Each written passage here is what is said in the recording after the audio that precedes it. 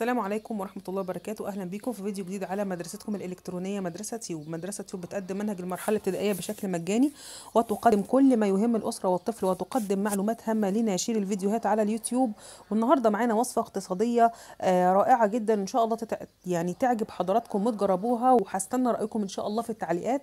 هي سهلة وسريعة واقتصادية. تابعوا معانا لآخر الوصفة عشان تعرفوا كل تفاصيلها، علشان تشوفوا كل الفيديوهات اللي بتصدر عن القناة. برجاء ان احنا ندوس على سبسكرايب، وبعدين ندوس على الجرس اللي هيظهر لحضراتكم عشان توصل لكم جميع الوصفات.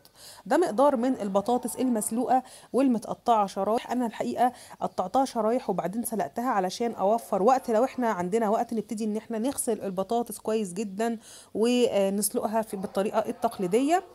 كان ده حوالي كيلو الا ربع من البطاطس. وبعدين ابتديت احط البهارات اللي انا عاوزاها: ملح، فلفل، كمون، توم باودر، زعتر، اي بهارات حضراتكم بتفضلوها هتمشي معانا. وبهرسها كويس جدا بالهراسه. دي السمنه البلدي اللي احنا عملناها مع بعض، الحمد لله حققت نجاح كبير جدا على القناه. معموله من قشطه اللبن يا جماعه، يعني جودتها عاليه جدا، تنفع في الحادق وفي الحلو، وطعمها وريحتها مش قادره اقول لكم قد ايه جميل. هسيب الرابط لحضراتكم في نهايه الفيديو. باخد معلقه من السمنه اللي احنا عملناها مع بعض، وبدهن بيها الصينيه اللي هحط فيها البطاطس بعد ما هرستها. وراعي كويس ان انا ادهن جوانب الصينيه زي ما بدهن الصينيه. انا هنا دهنت الصينيه بمعلقه واحده. طبعا لو حد حابب يزود كميه الدهون دي حاجه ترجع له.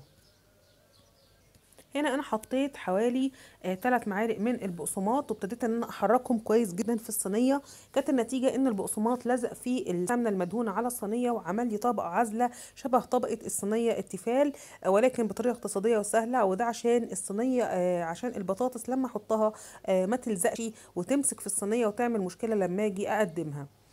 بعد كده هرست كل البطاطس مع بعضها مع كل المكونات زي ما انتم شايفين.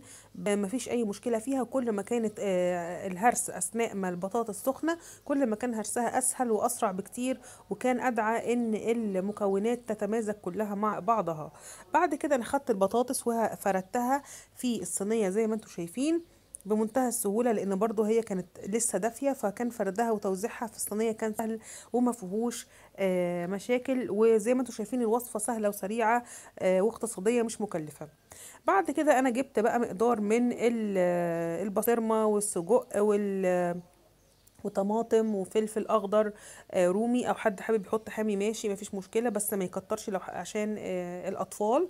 وبصل متقطع شرايح، وزيتون متقطع شرايح، وحطيتهم على وش البطاطس المهروسه. وبعدين وزعت جبنه موتزاريلا، وضغطت بايدي على كل المكونات عشان تلزق ويعني وتتداخل شويه مع، يعني تداخل خفيف مع البطاطس المهروسه.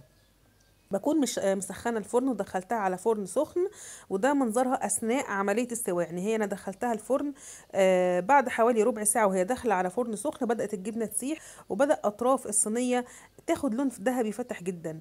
احنا عايزين نعرف ازاي بقى ان هي استوت. لما اطراف الصينيه تاخد لون ذهبي غامق تبقى كده استوت معانا الوصفه. وده منظرها النهائي بعد ما خلصت. شايفين يا جماعه شكلها روعه جدا، وطعمها الحقيقه ان شاء الله يعجبكم وتجربوها، وهيحبها ان شاء الله الاولاد، ونبقى احنا دخلنا لهم كميه كبيره من الخضار. واشكركم على المشاهده، ولو تكرمتم فعلوا الجرس واعملوا سبسكرايب للقناه علشان يوصل لكم كل جديد.